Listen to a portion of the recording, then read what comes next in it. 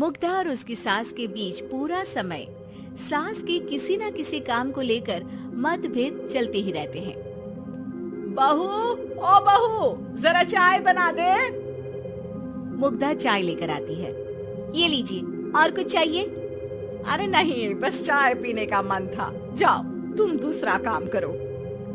चाय पीने के थोड़ी देर बाद सास दोबारा मुग्धा को आवाज लगाती है।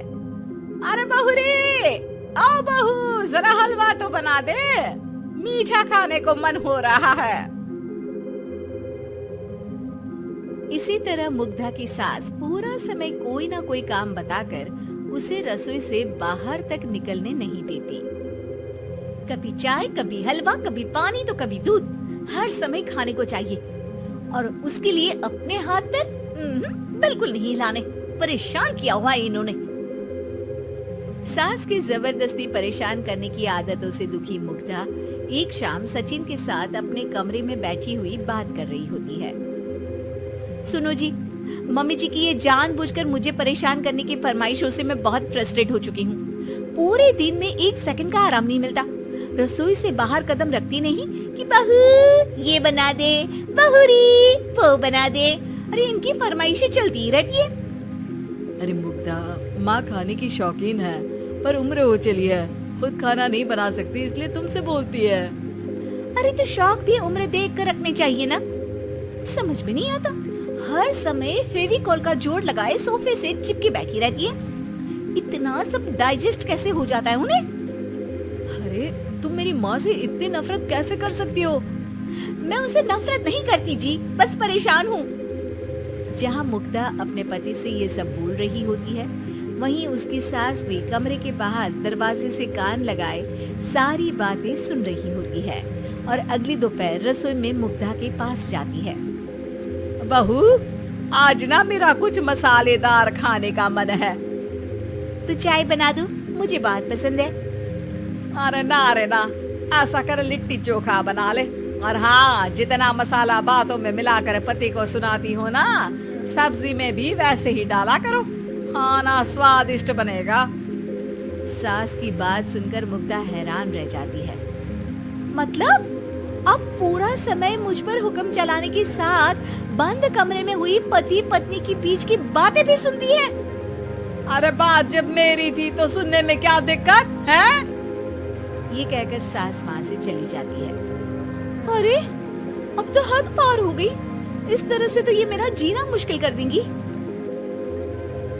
मुग्धा सास की हरकतों से परेशान उसका हल सोचने लगती है और इसी तरह कुछ दिन बीत जाते हैं, जिसमें सास का जन्मदिन आता है। मुग्धा बहुत खुशी के साथ अपनी सास को एंड्रॉइड मोबाइल गिफ्ट करती है। मम्मी, आपको सबसे बात करने के लिए बहुत दिक्कत होती है ना? कभी सचिन तो कभी मुझे बोलना पड़ता है, पर इस मोबाइल से आपको कोई दिक्कत नहीं होगी। एक जगह बैठे बैठे बहुत कुछ कर सकती हैं अब आप। मोबाइल देख सासू माँ खुश हो जाती है, पर उसे इस्तेमाल करना तो आता नहीं, इसलिए साइड में रख देती है। जिसे देख मुग्धा घर का सारा काम छोड़ मोबाइल सेट कर सास को इस्तेमाल करना सिखाने लगती है, जिसके बाद अब सास पूरा समय मोबाइल में ही लगी रहती है। हाय, जब से मम्मी को मोबाइल मिला है मेरी लाइफ में कितनी शांति आई है। अच्छा है, इसी तरह बिजी रहे तो मैं भी सुकून की जिंदगी जी पाऊंगी। अब मुग्धा जब मन करे काम करना, जैसा चाहे वैसा खाना बनाकर खाना, पूरा समय रिलैक्स और खुश रहने लगती है। क्या बात है, आजकल तुम बहुत चहक रही हो। अरे मम्मी जी से छुटकारा जो मिला है, अब ना फरमाइशें ना छुप छुप कर बातें सुनना। अच्छा, तो मोबाइल गिफ्ट करने की ये स्कीम थी।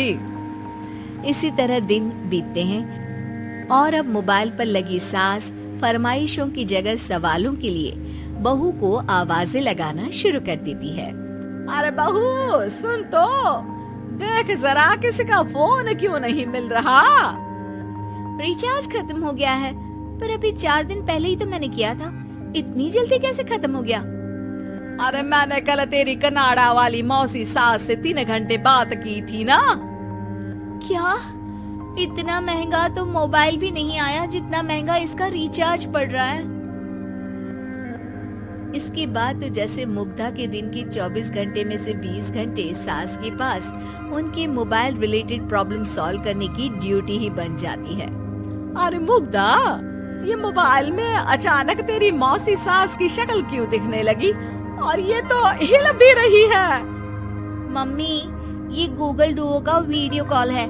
इसमें आप बात करने के साथ एक दूसरे की शक्ल भी देख सकती हो।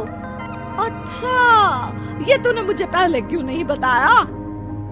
अब बताने के लिए पहले नहीं बताया। इसी बीच सचिन भी वहाँ आ जाता है और सास अपनी वीडियो कॉल में बिजी हो जाती है।